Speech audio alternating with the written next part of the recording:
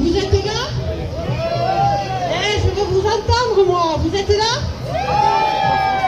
On chauffe un petit peu le plancher? Eh, alors, on va faire quelques rappels un petit peu au niveau de la loi. Hein? Alors, je confirme tout ce qui a été dit précédemment par François-Marie. Il y a des mensonges éhontés depuis des mois et des mois et des mois et même des années, des décennies. C'est aujourd'hui qu'on commence à regarder les choses un peu plus près parce qu'on nous met la pression pour nous imposer ce qu'on appelle un vaccin, mais qui n'est pas un vaccin, qui est une injection génique. C'est-à-dire qu'il y a pour objectif et pour intérêt de faire une expérimentation de modification génétique de l'espèce humaine. C'est autre chose. C'est une expérimentation. Et par définition, toute expérimentation nécessite un consentement libre et éclairé. Consentement libre. Consentement libre, ça signifie sans pression, sans menace, sans chantage, sans pression, sans violence. Lorsqu'on vous menace de perdre votre emploi parce que vous refusez d'être un cobaye, là il y a quelque chose qui doit nous alerter gravement.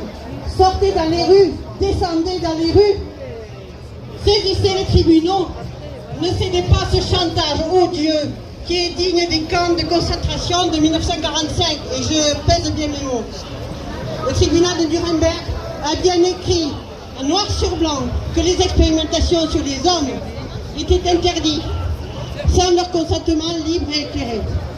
Donc ça, il s'agit du consentement libre. Et quand on parle du consentement éclairé, ça signifie que vous avez droit à poser des questions, vous avez droit à l'information, une information contradictoire puisque nous sommes en phase expérimentale pour connaître les effets secondaires, pour connaître l'innocuité. L'innocuité, ça signifie absence d'effets secondaires indésirables. Et pour connaître aussi l'efficacité, la prétendue efficacité. Est-ce que vous faites des tests d'anticorps avant votre vaccination et après pour vérifier votre niveau d'anticorps? Non, jamais. Jamais de toutes les vaccinations que vous avez suivies depuis des décennies, jamais on vous a testé avant ni après. Donc il faut se réveiller là aujourd'hui, il s'agit d'une modification génétique. Modification génétique, je rappelle. Ça revient à dire que nous devenions des organismes génétiquement modifiés. OGM, vous savez les OGM, on a lutté contre les OGM. Vous en souvenez? Alors, on nous interdit dans la législation la consommation d'OGM dans l'alimentation. On nous l'interdit. Mais on nous les met dans les vaccins. Ça ne vous choque pas? Ah, il faut se réveiller, il faut vraiment envoyer du bois. Il faut vraiment se réveiller, faire passer les informations. Je sais que c'est dur, parce que la croyance sur les vaccins, on est au pays de Pasteur et c'est un dogme. Un dogme, c'est une vérité qui n'a jamais été vérifiée scientifiquement. On répète un discours depuis des décennies.